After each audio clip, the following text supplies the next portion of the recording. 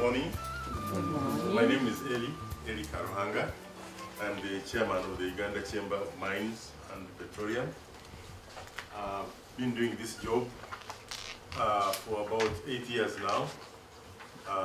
Having come from the extractive industry as president of Taro Oil and the director of the company, and also advising them as a senior consultant in the whole of Africa. With a legal background, because I come from a law firm as a founding partner of Kampala Associated Advocates. So I have some kind of width, breadth, jack of all trade, and trying to be a master of some. I also come from a humble background, and I have built my capacity through education. The only graduate of my family, from my siblings. After that, we produced a lot of graduates now. So we built capacity within the family. Yeah. But I tell you the personal story on that because what the main purpose of my conversation is to say that I want to welcome the African Legal Support Facility for thinking it important to come and share these few days with us in Uganda. And please take our greetings and thanks to the leadership, because building capacity in a developing country is not an alternative. It is not either or, it is a must. I see that from myself, because in the end, because I built capacity, I ended up being like a parastatal body. As an individual, I started paying school fees for those who did not build capacity within my family. Most of you have shared this experience. I started carrying out more burden than I could actually carry. Maybe that's the reason why my shoulders are quite broad, because I stopped being an individual and I built capacity to be able to be utilized not only by my family, but in the end, I ended up carrying up a bigger shoulder when I entered politics and became a member of parliament and carried out a bigger responsibility for my constituency plus for the country. And I did that for 3 terms in government. So I understand when I say thank you to African Legal Support Facility for coming to look at how you can build support and capacity for our government officials, because there is no such a thing called government with people working in government who have no capacity to manage what they will manage. Because remember that the government has the biggest budget to run the economy. So far, ours, I'm talking about ours, not in others, because in others, some companies have a bigger capacity than our government. Definitely, the Microsoft budget is bigger than that of Uganda, or even Facebook, which started a few days ago. So, but in our current situation, our budget is the biggest thing in the economy. The people who are running this budget, from finance, from works, from the Minister of Justice, Attorney General, who helped write all these agreements that they need capacity. So, from the extractive side of business, I want to give you an example of a pipeline. We are trying to negotiate with Kenya a pipeline for our oil. We are trying to negotiate with Kenya our rail line. We are trying to negotiate bilaterals with Kenya and maybe Ethiopia for electricity, transmission lines, and purchasing of power. We are trying to negotiate with our neighboring countries, Rwanda and others, for this, that, and the other, for all the infrastructure. We are trying to build an airport, and we are negotiating for government. Government is negotiating with companies that are going to do these $200 million jobs building the airport. and also another airport at the place where we're going to build a refinery. We are negotiating how to get somebody to build a refinery for us. We are negotiating agreements for our minerals. The Tororo Phosphates factory is already in court. A lot of cases are coming up, how to manage, what's going on in the ministry to handle this project is another crisis. Africa is at the dawn of a major economic breakthrough. Uganda is in the forefront of this because we have discovered resources. Africa has acquired attention, a serious piece of attention. We are now on the agenda in many boardrooms worldwide. Do we go to Uganda or do we go to Burkina Faso? And now Uganda is finding itself in the front page on PowerPoint presentations about what's the weather like, where is it positioned, who is going to go to Uganda, is this our strategic focus? In many boardrooms, this is the issue. I've come from London, I came last night, I came after addressing with geologists a big conference of investors in a law firm, Simmons & Simmons, and they had this big theater, and I was privileged to stand here, like I am, and address a huge white man's conference and tell them about my country and the focus on Uganda and its minerals, and the geologists have showed them where they are in Kabale, Kafunjo. They know how to mention these names now. Tungamo, this, Kanungu, and we are part and parcel of the story. We are no longer, when we put up our booth, was in Milan, where the president came to visit the booth in Milan. There were so many people, it's a world event. The Uganda booth was overflowing. There is a lot of interest. When these people come here, they want to sign an agreement. They really need a good agreement. I was in Talo. We tried to negotiate a power, what you call the PSA, to sign that, to negotiate, just to negotiate one clause, took us 1 year. One clause, 1 year. The oil was held in the ground. It isn't because our mothers were not buying kerosene from Kuwait and Qatar, using Katadoba, that we were importing this from Mombasa all the way up to here, then distribute it to my village.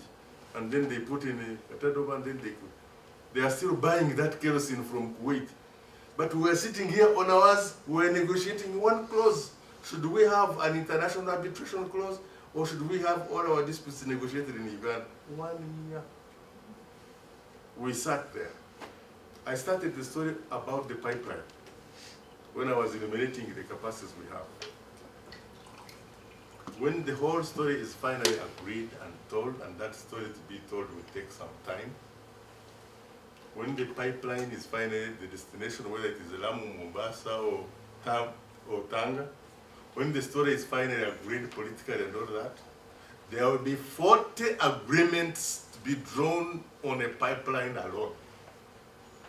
The 40 agreements to be drawn on a pipeline alone will require such high capacity negotiators, people who know how to write the law, so that the country does not lose, and so that the company which is investing does not lose. So there is a balance, there is a win-win situation where our grandchildren will benefit from our resources, where the investors who have put their money, their shareholders, will benefit from their investment. To be able to get those type of people to draw this agreement from the capacity of the people we have can only be understood by me if I draw you from my head, the chart that I'm not writing, a little bit of understanding of our government. I used it to work in the Ministry of Justice. I was a state attorney. I was working in the civil department. I did the negotiations of agreements. One day, I received instructions from State House. There was another president, not this one. whose name will not have to be mentioned because his family are my friends also. But my instructions were very simple.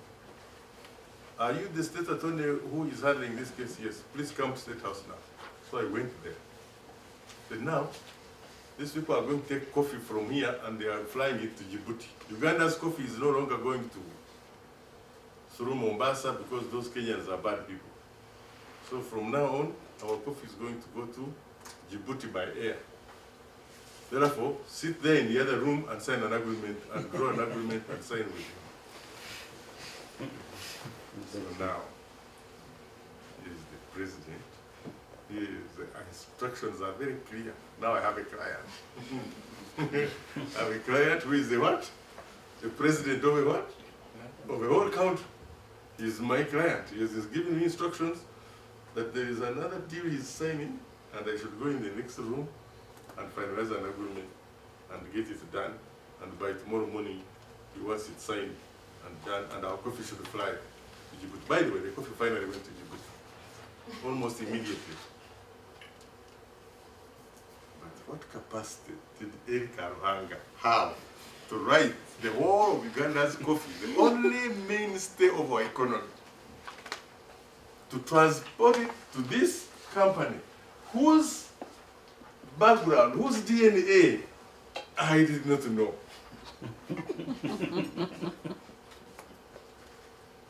I had not done any due diligence on this company to know whether it has the capacity. The man was called Ziegler from Switzerland with gray hair, and a little bit of French cut. You know, flowing a bit of here and there, really looking like somebody who has been coming from Las Vegas. From a gambling casino machine. I could not believe that this can be possible in my young time.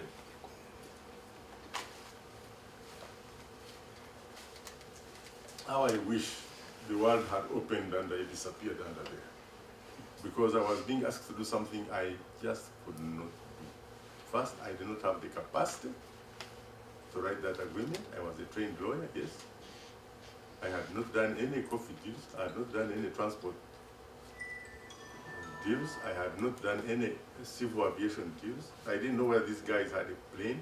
I had not done any aircraft deals, purchase. I did not know what the government of Uganda was going to get itself into. And I have absolutely no capacity to commit a nation to such a catastrophic engagement.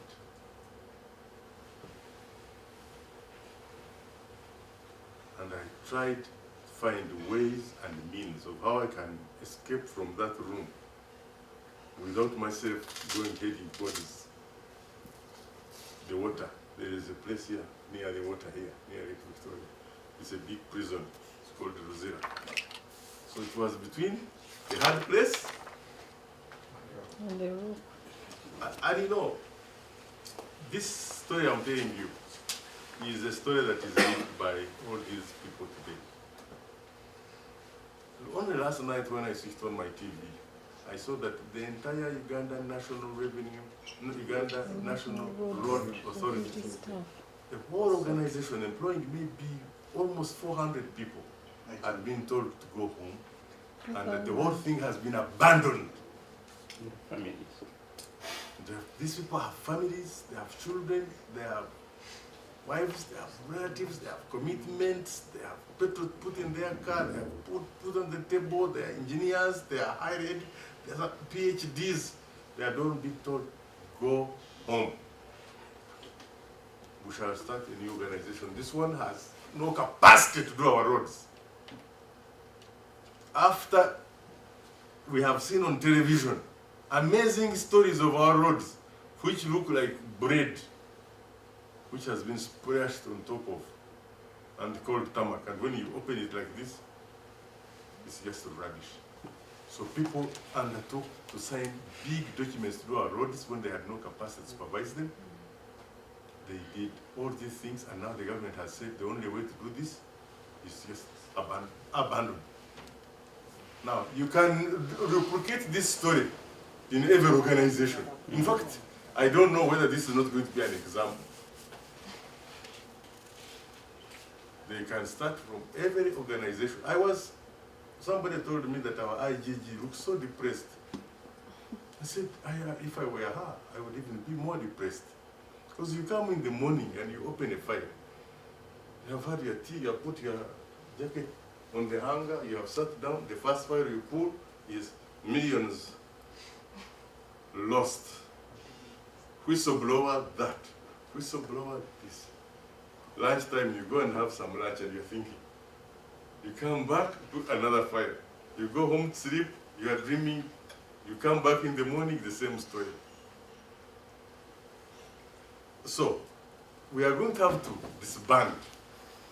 Now, all of a sudden, we have found all these minerals, all this oil, all this gas, all this thing. And now we are going to enter into huge, long-term agreements and a lease for mining. Once you get it, you have 21 years now, 15 years renewable. How many years are those? 36. But we are making the law to bring it closer to that in Kenya because we have to be competitive. They are giving 50 years. You know, so to attract. And then renewable another 20 years. Now, what is this? So if we are going to have people to do this, what is the relevance of African legal support facility? But even if they are there, is anybody prepared to say there are 40 agreements the Minister of Justice needs for a pipeline? Please come and help us. So they say, no, we shall do it ourselves.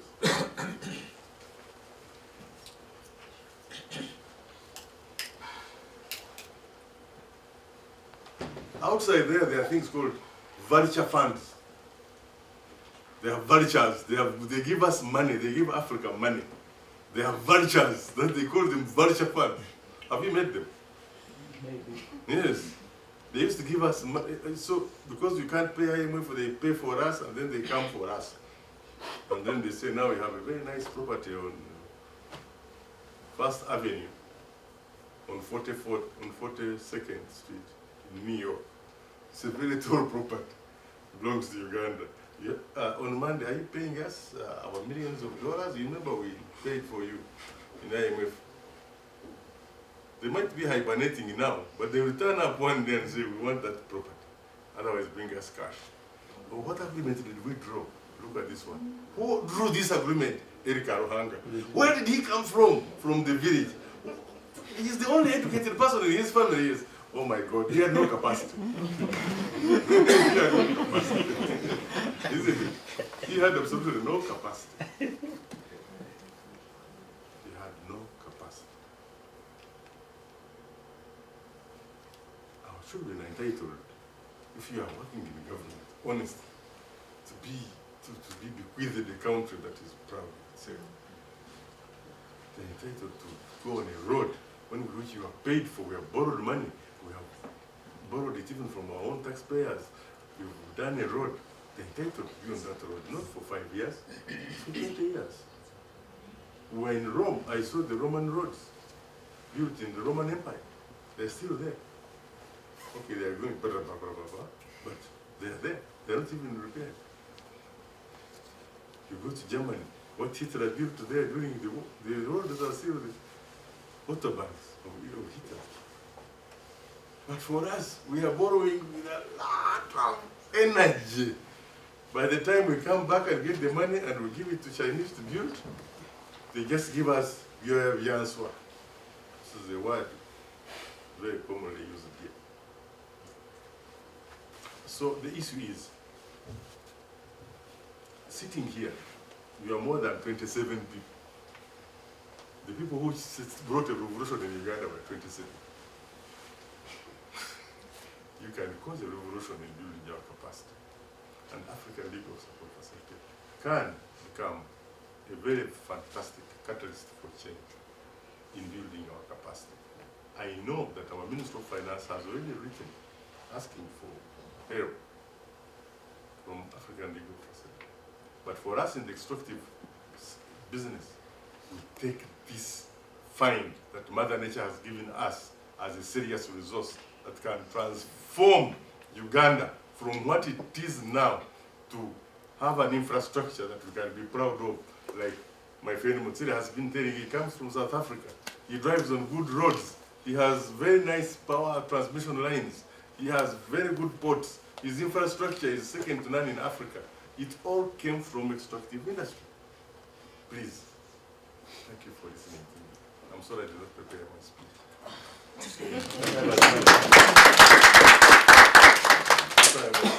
Coordinated, please forgive me next time. But you are welcome to our conference tomorrow and day after tomorrow. And I'm sure that we'll be back this afternoon to talk to you again if you give us a chance with our guest of honor. Thank you.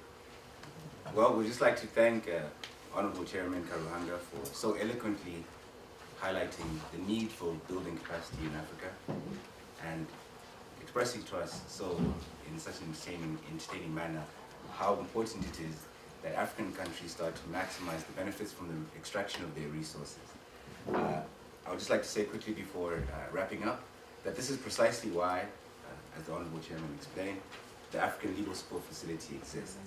It is our mandate, it is our mission to ensure that Africa has sustainable legal capacity so that Africa can sign contracts in all sectors, including the extractive resources sectors, infrastructure sector, energy sector, that Africa can sign contracts that are to the benefit of Africans today and tomorrow. And so we look forward to continuing to work with the government of Uganda in building a capacity building agenda, not only in the mining sector, but also in petroleum, in infrastructure and in energy, so that Uganda can realize its potential.